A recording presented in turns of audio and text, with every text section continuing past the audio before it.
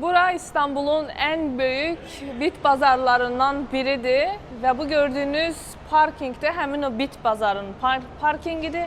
Bu güzel maşınlar da bit bazarına gelir. Yani İstanbul'da təkcə kasıblar gelmir bit bazarına. Herkesin məqsədi fərqlidir.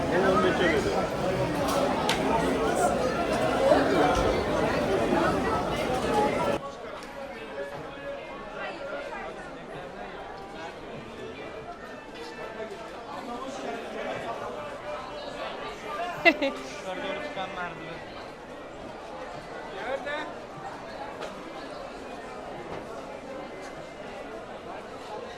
...19-cu əsrdən etibarən Parisdə qurulmağa başlayan bit bazarları günümüzdə çox məşhurdur.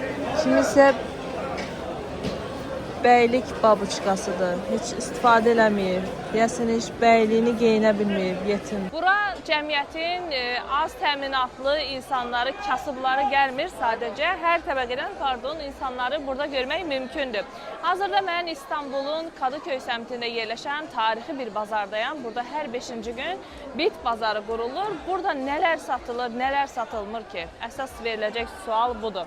Hər cür köhnə əşyaları, axtardığınız antik əşyanı burada bəlkə də tapa bilərsiniz. Yəni, axtarmaq önəmlidir, çünki bazar çox böyükdür.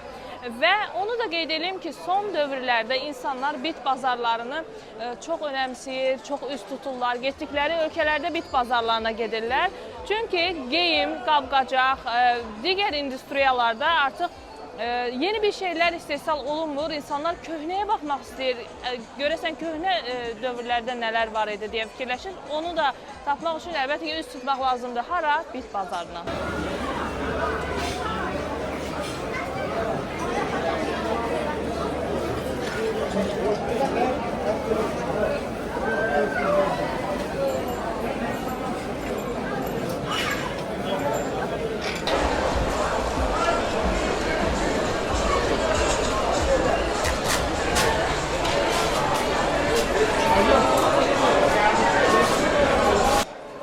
Bura bilirsiniz nəyə bənzəyir? Hər evdə bir seyirmə olur, çəkməcə, seyirmə Azərbaycanca. İçi həmişə qarışıq olur. Axtarsan, içindən lazımlı şeylər də tapırsan. Heç vaxt sənə lazım olmayan şeylər də tapırsan. Ara sıra oranı təmizləyirsən ki, daha bir də bu çəkməcəyə, bu seyirməyə əlavə bir şey qoymayacağım. Amma yenə necəsə olur, orada dolur.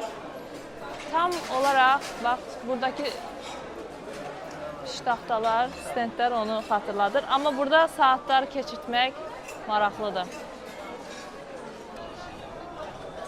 Məsələn, burada kimisə toy kaseti var. Çox maraqlı.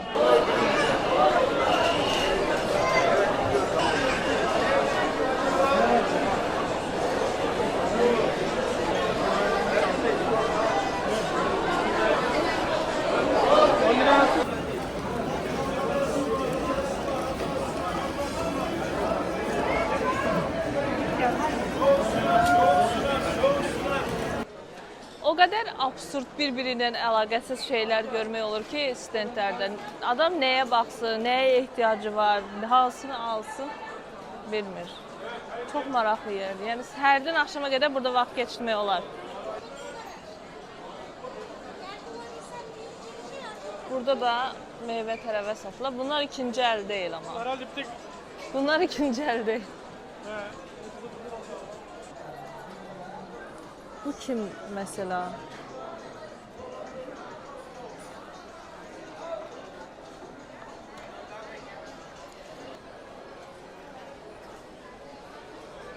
Bunu ben niye aldım? Çünkü planlarım var.